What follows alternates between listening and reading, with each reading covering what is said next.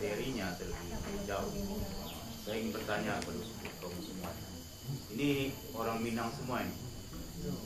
Ada yang nggak orang Minang? Nah, kamu sendiri ya. Orang nggak orang Minang. Karena Sumbang 12 ini adalah istilah falsafah ataupun tentang politik yang dikeluarkan oleh orang adat Minangkabau. Jadi kalau kita lihat dari sejarahnya itu Sumbang 12 ini saya katakan lebih mengarah kepada tingkah laku seorang yang perempuan dari di Minangkabau. Nah, kita mengatakan bahwa itu adalah adat bersandi syarat syarat mengaku adat memakai. Karena apapun perilaku di dalam kegiatan sehari-hari orang Minangkabau itu ditata bahasanya itu ada adatnya. Kalau kita katakan dia adatnya bersandi sara, sara bersandikan kita berulang. Sara itu adalah agama, agama itu bersandikan kita. Kan semua mayoritas ataupun 100% dikatakan bahwa orang Minangkabau itu Islam. Kalau memang ada membaca orang Minangkabau itu ada yang Kristen, ada yang Hindu, itu pelencengan daripada falsafah dari Minangkabau tadi. Kalau dari dulunya kita ada Minangkabau ini Islam semua. Jadi ada di sara-sara disadikan kita pulang itu dipakai dari dulunya untuk menata kehidupan masyarakat Minangkabau. Jadi kita katakan kalau ada bersandi sara, ada bersadikan kita bulan ini, masyarakat ini apapun perilaku dalam sehari-hari, misalnya adat berunding, adat istilahnya untuk pesta, semuanya disangkut pautkan nanti dengan agama. Kan tidak ada kita lihat orang pesta ya pakaian adatnya terbuka, kan ada ya. Ada nggak adat Minangkabau melihat misalnya adat orang Batu Sangkar, dia pakai baju kurung tuh tidak sesuai dengan kaidah agama. Ada Batu Sangkar, Junjung sampai kepada Damas Raya sana. Karena kalau kita katakan batas Pagaruyung itu jauh sekali. Kalau kita mengaji kepada batas-batas dari adat Minangkabau tersebut. Jadi untuk masalah adat ini di dalam sebuah tatanan kehidupan masyarakat Minang itu ada dikatakan tadi masalah Sumbang Dua Bale. Kita masuk saja pada Sumbang Dua Bale ini. Nah, kita bahas lagi jauh lagi nanti. Yang pertama itu Sumbang Duduk.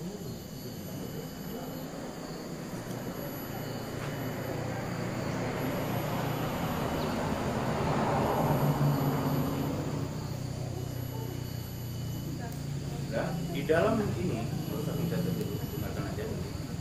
di dalam masalah Sumbang Duduk ini memang ini sangat sudah menjadi umum bagi kita semua, tidak memakainya. Tidak memakai. Kenapa saya katakan begitu? Kalau dikatakan ini Sumbang Duduk di sini, dalam cara duduk yang pantas bagi perempuan itu adalah duduk bersimpuh, bukan bersila seperti orang laki-laki. Kita ya semua ini sudah bersila, kan salah.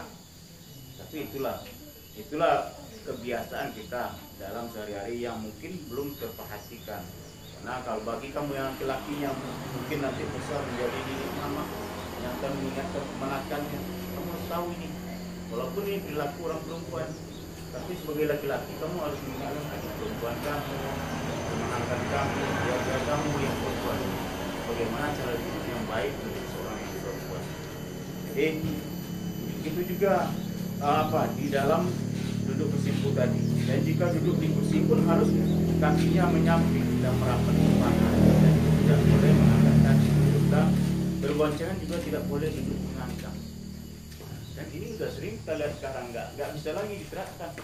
Tapi kalau di daerah Aceh yang orang itu masih memakai hukum Islam, itu yang dirazia itu, yang pakai jin ada di daerah-daerah tertentu istimewa Aceh itu dipakai perangkat Pemda untuk menangkap merazia orang-orang yang perempuan yang pakai jin, berboncengan mengangkang ya.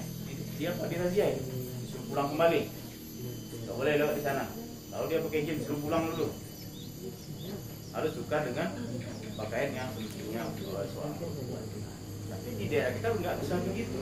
Karena jaminan negara apa jaminan Kabuli sudah masuk ke normali. Banyak orang lain yang menyangkut. Kalau daerah istimewa, mana dikatakan daerah istimewa Aceh, maka bisa diterapkan hukum Islam. Oke, tutup cara duduk saja. Kemudian sumbang tagak atau berdiri. Dua, sumbang tagak atau berdiri.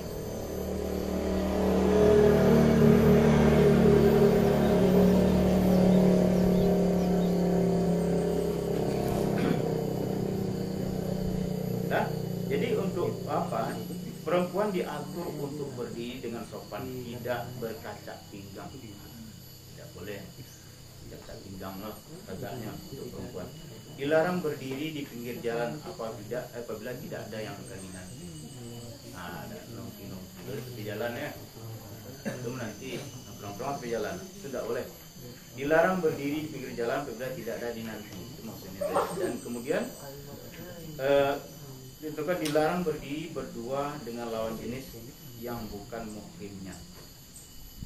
Kalau memang ada perlu, kita harus ada yang ketiga, ada satu orang lagi. Itu yang perlu diketahui. Tapi sekarang nggak bisa lagi, karena terkadang orang tua di rumah tuh datang lah, teman laki-lakinya datang menyebut, biarkan aja anaknya pergi itu saja. Nah, mungkin bagi yang perempuan ini harus menahan diri juga. Jangan terjadi hal-hal seperti ini. Dan yang ketiga itu sumbang berjalan. Tiga, sumbang berjalan. Ketika berjalan, perempuan harus berkawan, harus hati-hati dan tidak boleh tergesa-gesa. Apabila jika berjalan dengan laki-laki, berjalannya di belakang. Yang perempuan juga ya. Dan jangan menghalangi jalan ketika bersama dengan teman sebaya. Nah, ini yang sering kita lakukan ini dan terlupa gitu. Kalau seorang sedang berjalan ya, kalau makannya jalan itu sampai kalau jalan itu salah. Itu salah. Ya, itu nama kita sudah mengganggu ketertiban jalan. Kemudian apa? Kalau seandainya kita berjalan tersebut tadi katakan bahwa perempuan tidak boleh mendahului kenapa begitu? Karena laki-lakinya adalah pemimpin, dia mengikuti. Kemudian yang keempat, sumbang kata.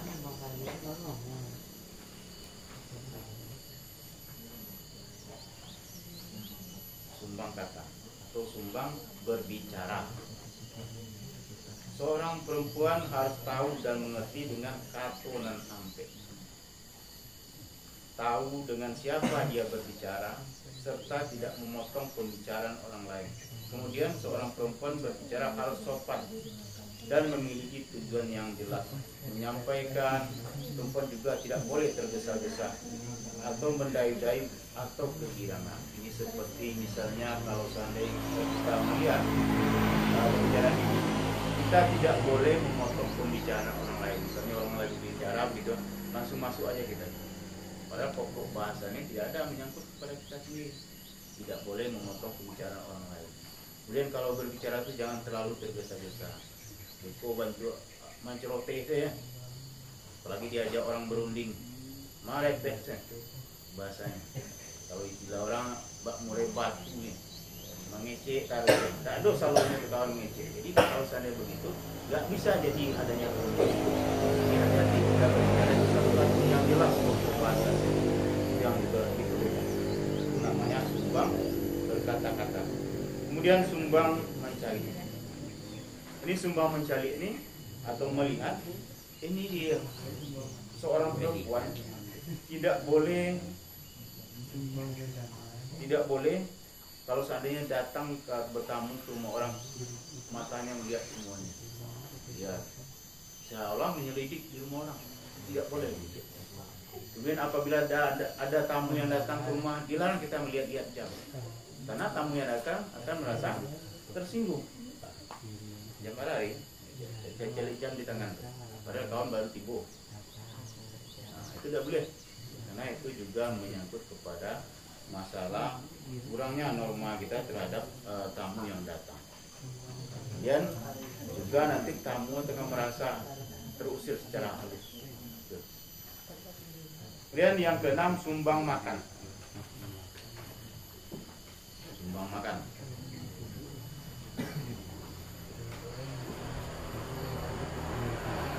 Ini dikatakan bahwa ketika sedang makan diusahakan sebisa mungkin tidak berbicara, apalagi berlebihan. Makanlah secukupnya, jangan makan sambil berdiri. Genggamlah nasi dengan ujung jari, bawa ke mulut dengan pelan-pelan. Jangan buka mulut lebar-lebar. Ada pelan makan ke mulut, lancang ke dalam. Hati-hati, karena itu menyangkut kepada hal-hal yang janggal dilihat orang. Karena sumbang ini adalah sesuatu yang janggal, tidak dibiasakan orang. Jadi kalau dalam bahasa lainnya sumbang ini adalah norak. Norak. Tidak lama dicari orang. Kemudian kalau seandainya kita makan pakai sendok, jangan sampai sendok dan garpu itu bunyi balangkang-langkangnya ya. Dan kalau kita lihat untuk makan, jangan sampai berbunyi pula, campak kalau makan dia, saking lamanya lah bunyi dia untuk makan. Dia siap makan sendal loh. Itulah kecil. Lah kecil itulah dinilai orang tidak sopan sekali ya. Tidak sopan sekali jadinya. Ini siapa yang Allah menakut langsung lagi siapa? Ya. Hah? Ya. Yang 7, sumbang berpakaian. Seorang perempuan haruslah berpakaian dengan sopan, rapi, dan bersih. Menggunakan pakaian yang pas dan fungsinya masing-masing. Contohnya seperti pakaian kita pergi sholat, pakaian kita pergi pesta, pakaian kita pergi menjamu orang mati atau meninggal. Ya, sampai menjamu orang mati baju merah lah ya. Kan ada yang tak. Kalau seandainya menjamu aja lah kita pakaiannya agak gelap-gelap. Kalau ada yang hitam lebih bagus. Kalau lah merah lah pakaian itu seolah-olah kita bergembira. Ya, sampai pakaian itu dilihat orang tuh norak dalam bahasa umumnya. Contohnya bawa hitam ya, pakai baju sirah, atau untuk rindang lagu orang tuh ya. Kita nggak rencana. Dia harus hati. Pakaian ini sesuai dengan keadaan yang ada, sesuai dengan adat di sekitar kita. Kemudian yang ke-8, sumbang karajo atau kerja.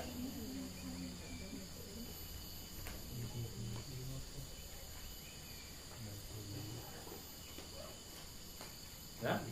Jadi pekerjaan perempuan ini adalah pekerjaan yang ringan dan mudah. Jika ada pekerjaan yang berat, hendaknya minta tolong dan diserahkan kepada laki-laki. Jadi kalau seandainya kamu pergi ke sawah ya, jangan ikut pula kamu mencangkul atau membajak, ikut memanen-manen padi atau menyiang-nyiang ataupun nanti menampi-nampinya. Itu kan pekerjaan perempuannya. Jadi kalau pergi ke ladang dia sampai lo manjek lo kalau nyariang. Itu rancak cari orang. Dipuak lah ciburu dia kan. Mama Andri tu dia tema. Datang maknya kan, karena yang kira mak tadi gua dia datang dia tak pas. Jadi kalau memang ada suatu pekerjaan yang kasar, yang berat, minta tolong kepada laki-laki. Yang laki juga begitu. Yang sampai dibiarkan perempuan itu bekerja yang keras-keras. Nah, kemudian sumbang tanyo ataupun bertanya. Tidak hanya berkata-kata, tentunya ada pertanyaan.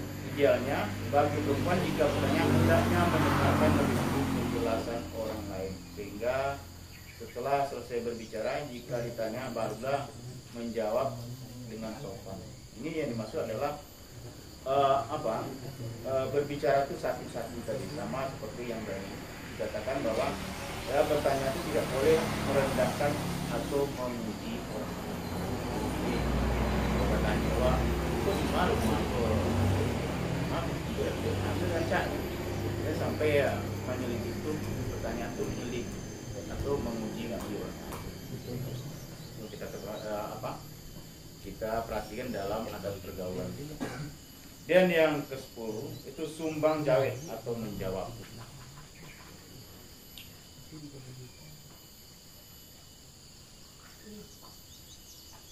Begitu juga adanya pertanyaan yang diberikan seorang perempuan, jawablah dengan seperlunya dan dengan yang tepat.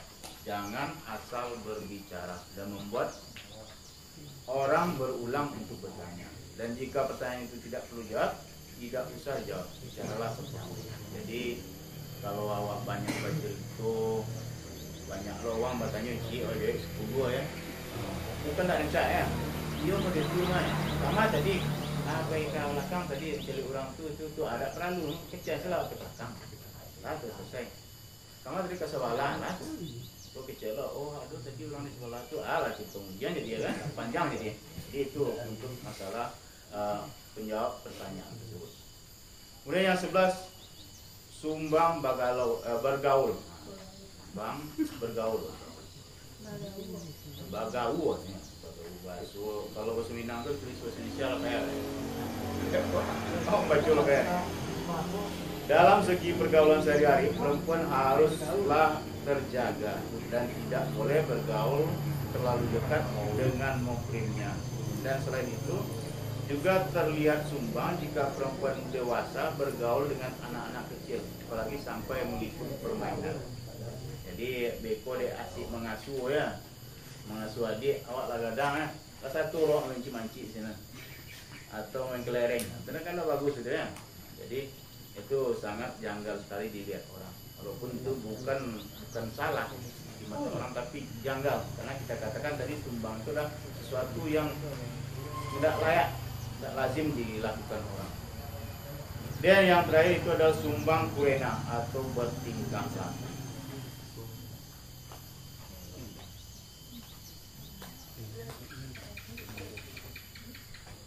Dalam bertingkah laku sehari-hari haruslah tetap bisa menjaga perasaan orang lain. Jika sedang bersama, jangan berbisik-bisik dan menutup hidung dan tertawa terbahak-bahak atau sejenisnya.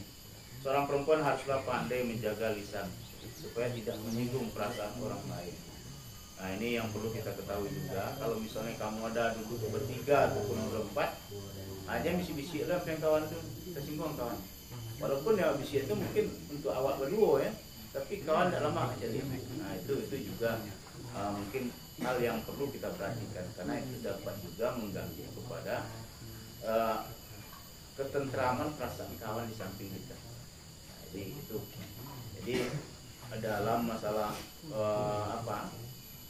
bertingkah laku secara umum sehari-hari ini harus kita jaga perasaan orang lain, karena kalau tidak begitu sulit kita untuk melakukan pergaulan yang lebih banyak lagi.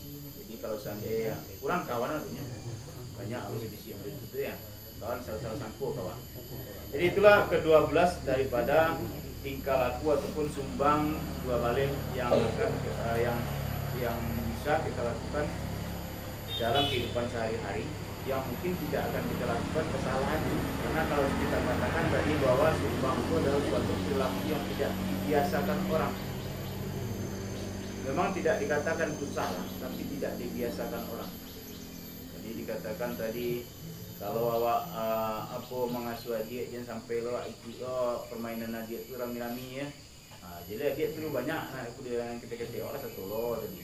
Jadi itu kan hal-hal yang janggal. Dan cara adat berpakaian yang sopan. Kemudian kalau seandainya kita berbicara yang bagus, yang sopan juga, sehingga tidak dapat atau tidak menyinggung orang lain. Dalam bekerja juga itu, kalau seorang perempuan janganlah sampai melakukan pekerjaan yang kasar sehingga dapat menghilangkan nanti perempuannya, sehingga yang laki-laki jadi malu juga mungkin. Jadi itulah beberapa hal yang perlu kita lakukan dalam melakukan kehidupan sehari-hari yang menyangkut kepada tadi adat bersandi syarat bersandikan kita pulang. Sudah, sampai sana ada bertanyakan lu? Karena materinya cuma itu ya, Subang 12. Kalau dia biasa seharusnya ini yang menyampaikan ini orang adat nih. Nah, ada petaka petikinya. Nah, dikatakan tadi adat bersandi syarat bersandikan kita pulang.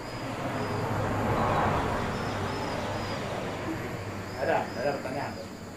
Ada. Dia ada pertanyaan ini. Itu aja dikumpulkan. Ada pertanyaan? Ada. Nah, kalau enggak dikumpulkan ringkasannya itu semua. Kasih namanya ya, namanya. Nama, kelasnya, lulusannya.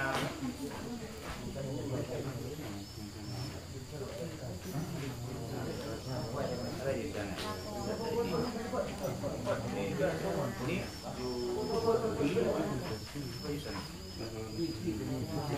dan nampak berapa orang yang TBSN-nya hadir, orang TKJ-nya hadir.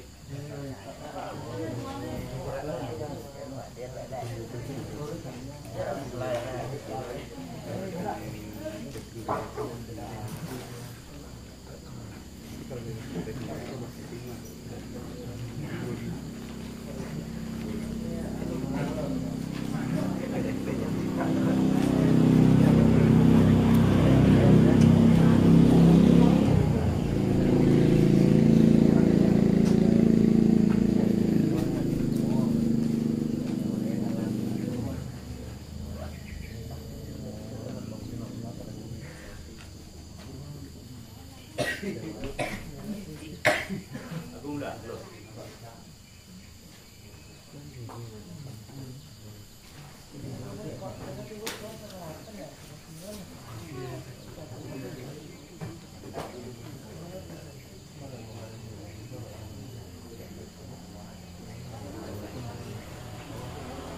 Ya. Nah, sebelum saya tutup acara ini ataupun materi ini, kembali kita kepada diri kita masing-masing bahwa kita dalam keadaan berpuasa. Puasa semua kan? Puasa semua. Ilham ada nih. Puasa nih Ilham. Puasa Pak. Nah, karena kita puasa, mari kita sama-sama perhatikan iman kita, karena yang dipanggil dalam berpuasa itu adalah orang-orang beriman. Seperti dalam ayat Al-Baqarah ya, Al-Baqarah 183 itu, hai orang-orang yang beriman, diwajibkan atas kamu berpuasa sebagaimana diwajibkan atas orang-orang sebelum kamu agar kamu bertakwa. Jadi kalau kita ingin puasa kita ini dilihat dan dinilai, ada nilainya begitu. Kita menjalankan puasa ini, perhatikan iman kita masing-masing. Memperhatikan iman itu yang pertama sekali itu adalah sebut nama Tuhan dalam hati kita, supaya kita menandakan kita orang beriman dengan berpikir menyebut Allah dalam hati. Demikianlah yang saya sampaikan pagi ini atau menjelang siang.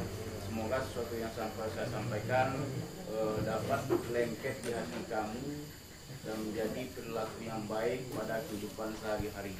Saya tutup dengan wabillahi taufiq wal hidayah. Wassalamualaikum warahmatullahi wabarakatuh. Waalaikumsalam warahmatullahi wabarakatuh. Ini ada pena, saya dapatkan belakangnya siapa pena.